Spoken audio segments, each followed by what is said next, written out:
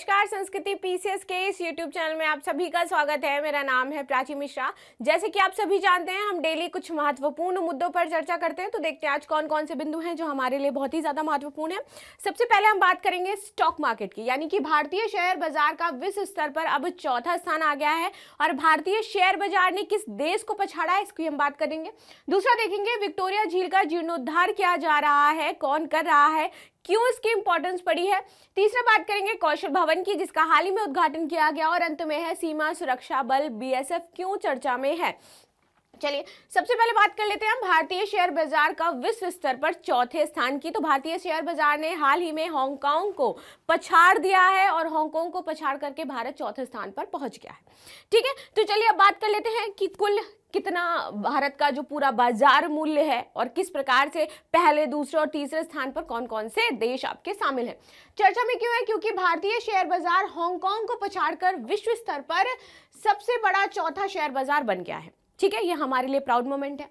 महत्वपूर्ण बिंदु इसके क्या है, तो भारत की यदि कुल बाजार की बात करूं तो ये है आपका 4.33 ट्रिलियन डॉलर। अगर रुपए में बात की जाए तो 366 लाख करोड़ रुपीस। वहीं यदि मैं हांगकांग के बाजार मूल्य की बात करूं तो दैट इज 4.29 ट्रिलियन अमेरिकी डॉलर।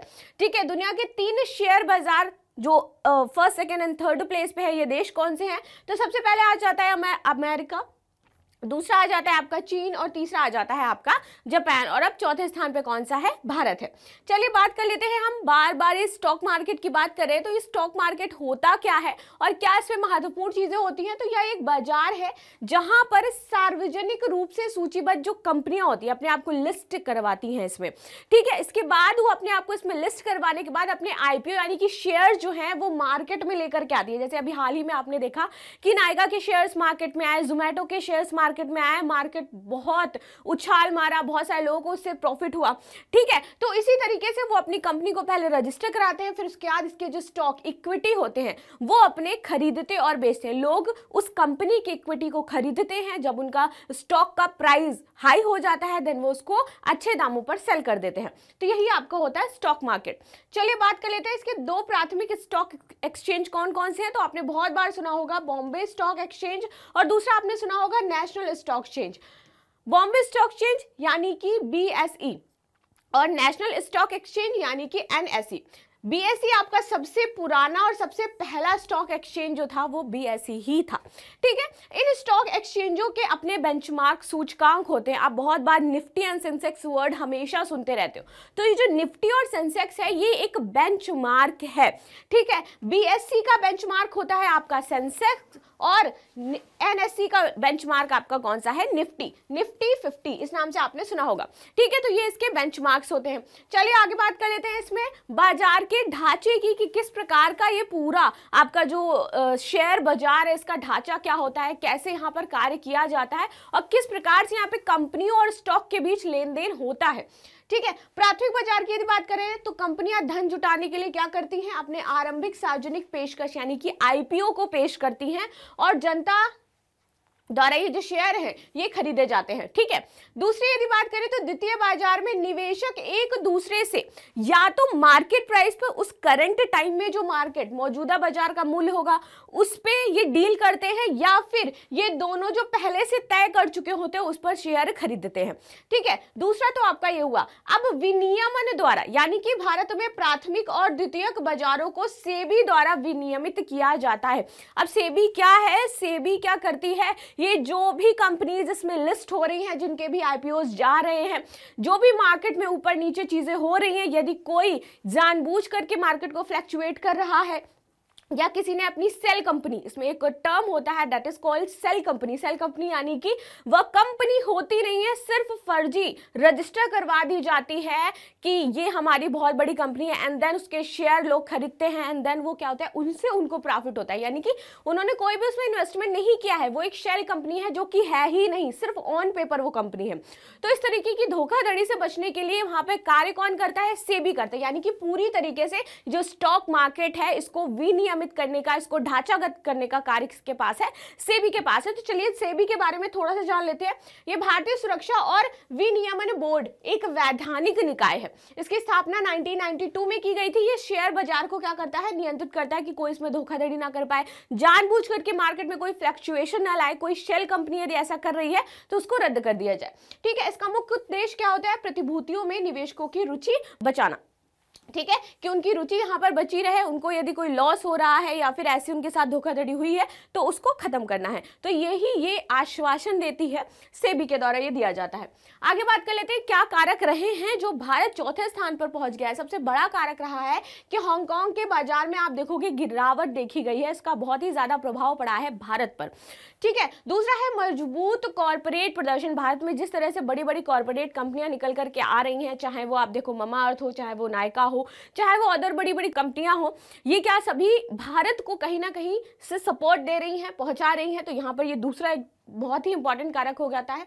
तकनीकी उन्नयन, भारत तकनीकी क्षेत्र में बहुत ही अच्छा कार्य कर रहा है। हमारे जितने भी IITs हो गए, ठीक है, IIMs हो गए, ये बहुत ही अच्छा प्रदर्शन कर रहे हैं इस क्षेत्र में। और अंत में चीन के लिए भारत का विकल्प। चाइना इस क्षेत्र में नहीं है, या चाइना के द्वारा किसी भी देश का कुछ भी ऐसा हो रहा है जो उससे मतभेद चल रहा है, उस स्थिति में भारत एक विकल्प बचता है जहां पर लोग आकर के निवेश करते हैं। ठीक है, भारत का मार्केट इतना बड़ा है, भारत में युवाओं की जनसंख्या इतनी ज्यादा है, भारत में श्रमिक आसानी से मिल जाते हैं, भारत में कंपनीज बड़ी बड़ी स्टैब्लिश हो रही है। अभी आपने देखा 2 एप्पल स्टोर्स खोले गए भारत में। तो इससे क्या आपको देखने को मिल रहा है कि भारत का जो मार्केट है वहां पर बहुत सारी विविधताएं भी हैं, श्रमिक भी आसानी से मिल जाते हैं, सस्ते दरों पर मिल जाते हैं, और यहाँ पर बहुत ही ज्यादा चांसेस है मार्केट बूम करने के, इसलिए हर कोई यहां पर इन्वेस्ट करना चाहता है। ठीक है, तो ये सारे विकल्प हैं जिनकी वजह से भारत क्या है, आज चौथे स्थान पर है। चलिए बात कर लेते हैं विक्टोरिया झील का जीर्णोद्धार। विक्टोरिया झील क्या गई है? सूख रही है। ठीक है, जो कि वाटर का बहुत ही बड़ा सोर्स हुआ करती थी, तो इसी को वापस से जीर्णोद्धार करने के लिए भारत के द्वारा कुछ कदम उठाए जा रहे हैं। कुछ यहाँ पर ट्रीटी थी जिसको वापस से 2-3 कंट्रीज मिलकर के इस पे कार्य कर रही हैं। तो इसको हम समझने का प्रयास करेंगे कि ये क्या है। तो भारत स्थित think tank centre for science and environment और राष्ट्रीय पर्यावरण प्रबंधन परिषद तंजानिया, इन दोनों ने झील को बहाल करने के लिए रणनीतियों पर निर्णय लिया है और दार एस सलाम में एक बहुराष्ट्रीय हितधारक परामर्श आयोजित किया गया इसके लिए। ठीक है, जहां पर सभी देश मिलकर के क्या करेंगे, इसके जीर्णोद्धार के लिए कार्य करेंगे। चलिए बात कर लेते हैं अब थोड़ी सी विक्टोरिया झील के बारे में। तो ये महत्वपूर्ण क्यों हो जाती है हमारे लिए? तो ये दुनिया की सबसे बड़ी उष्णकटिबंधीय झील है और दूसरी सबसे बड़ी मीठे पानी की झील है। पहली कौन सी है? तो पहली है लेक सुपीरियर झील। ठीक है, तो इसीलिए ये हमारे लिए बहुत ही ज्यादा महत्वपूर्ण हो जाती है। बात कर ले इसमें तो कागेरा नदी इसकी सबसे बड़ी सहायक नदी हो जाती है। इसके समवर्ती देश कौन कौन से हैं? तो तंजानिया है, युगांडा है और केन्या हो जाता है। इसीलिए तंजानिया इसको लेकर के चिंतित है और इसका जीर्णोद्धार करना चाह रहा है, जो भारत के साथ मिलकर के यह कार्य किया जा रहा है। आगे बात कर ले, इसे केन्या के विक्टोरिया न्यांजा, युगांडा में इसको नालुबाले या तंजानिया में इसको उकेरेवे भी कहा जाता है। इसके कई नाम है, अलग देशों में अलग अलग इसको बुलाया जाता है। आगे बात कर ले, यह व्हाइट नील नदी का एक स्रोत है जो उत्तर की ओर बहती है और अंततः यह सूडान में ब्लू नील नदी में जाकर के मिल जाती है, जो कि नील नदी बनाती है। ठीक है, तो इस प्रकार से यह ब्लू नील नदी जो है आपकी, उसका वाटर रिसोर्स भी है काफी अच्छा खासा। आगे बात करें, झील के लिए पानी का सबसे महत्वपूर्ण स्रोत यहाँ पर वर्षा है। वर्षा से ही इस झील में क्या होता है, पानी की परिपूर्ति होती है। आगे बात करें, केन्या में महत्वपूर्ण द्वीप रूसिंगा और एम्फेंगानो द्वीप है, जो तंजानिया में रुबोंडो और उकेरेव द्वीप और युगांडा में सेसे व नगम्बा द्वीप है। तो यहाँ पर इसके जो द्वीप है महत्वपूर्ण विक्टोरिया झील के, वो यहाँ पर बताए गए हैं। आगे बात कर ले, विक्टोरिया झील और इनकी वनस्पतियां एवं जीव लगभग 45 मिलियन लोगों की आजीविका का समर्थन करते हैं और ये एक चिंता का विषय है। यदि विक्टोरिया झील किसी न किसी वजह से सूख रही है या फिर उसको समस्या हो रही है, तो यहाँ पर जो 45 मिलियन लोग हैं जिनको रोजगार मिल रहा है वह खतरे में आ जाएगा।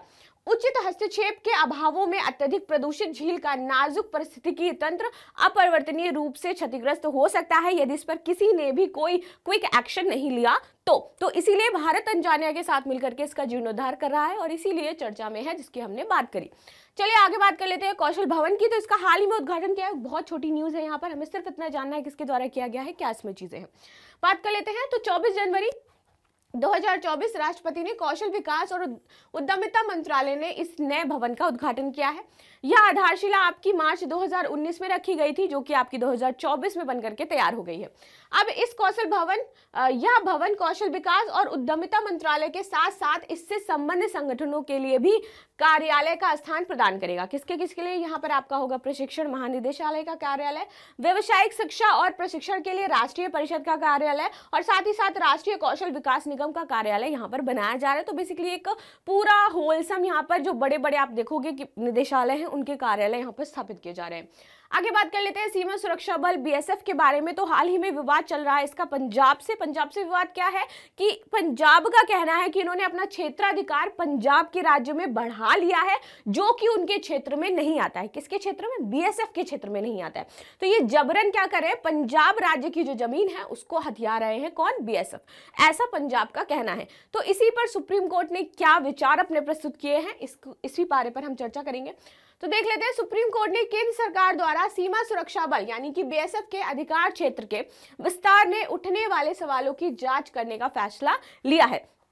ठीक है, आगे बात कर लेते हैं। महत्वपूर्ण बिंदु इसके क्या है? तो केंद्र सरकार ने अक्टूबर 2021 में बीएसएफ अधिनियम 1968 में संशोधन किया था, और इस संशोधन के तहत उन्होंने एक अधिसूचना पारित करी थी जिसमें कहा था कि सीमा सुरक्षा बल के अधिकार क्षेत्र को अंतरराष्ट्रीय सीमा से 15 से 50 किलोमीटर तक वहां जो उसका अधिकार क्षेत्र है वो बढ़ा दिया जाएगा। ये बात कब कही गई थी? जब 2021 में यहाँ पर एक संशोधन आया गया था।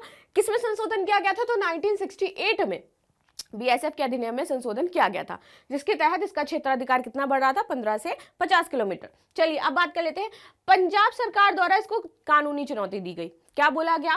पंजाब ने बीएसएफ के परिचालन क्षेत्राधिकार को बढ़ाने के फैसले को चुनौती देते हुए संविधान के अनुच्छेद 131 के तहत केंद्र सरकार के खिलाफ मुकदमा दायर कर दिया। अब ये क्या है अनुच्छेद आपका 131 और क्यों मुकदमा दायर किया? चलिए इसको देख लेते हैं। क्यों? तो आपको पता चल गया, क्योंकि क्षेत्राधिकार जो है वो बीएसएफ का बढ़ रहा था पंजाब राज्य में, इसलिए उन्होंने मुकदमा दायर कर दिया। अब भारतीय संविधान का अनुच्छेद 131 क्या कहता है? 131 के अनुसार भारत सरकार और एक या अधिक राज्यों या फिर 2 या अधिक राज्यों के बीच जो भी विवाद होता है उसके लिए सुनवाई कौन करेगा? सर्वोच्च न्यायालय को विशेष क्षेत्राधिकार प्रदान करता है इसमें सुनवाई करने के लिए। 3 जजों की बेंच अप्रैल के तीसरे हफ्ते में इस मामले की सुनवाई करने वाला है, यानी कि इसके तहत राज्य और भारत सरकार क्या है, इनके बीच मुकदमा दायर हो सकता है। वह अपने क्षेत्रों के लिए, अपने क्षेत्राधिकार के लिए सुप्रीम कोर्ट जा सकते हैं। किस अनुच्छेद के तहत? 131 अनुच्छेद के तहत। ठीक है, चलिए अब बात कर लेते हैं। अदालत निम्नलिखित मुद्दों की इसमें जांच करेगी। क्या जांच करेगी? सबसे पहले जांच करेगी कि केंद्र सरकार द्वारा जो जारी अधिसूचना है इसके परिणाम स्वरूप पंजाब राज्य में बीएसएफ के क्षेत्राधिकार में क्या वृद्धि हुई है या नहीं हुई है। सबसे पहले इसको देखेगी। दूसरा वो यह जांच करेगी कि यह बीएसएफ अधिनियम 1968 की शक्ति का मनमाना प्रयोग तो नहीं किया जा रहा है बीएसएफ के द्वारा। तीसरा है, क्या बीएसएफ के अधिकार क्षेत्र में वृद्धि भारत की सीमाओं से सटे क्षेत्रों की स्थानीय सीमा से परे है।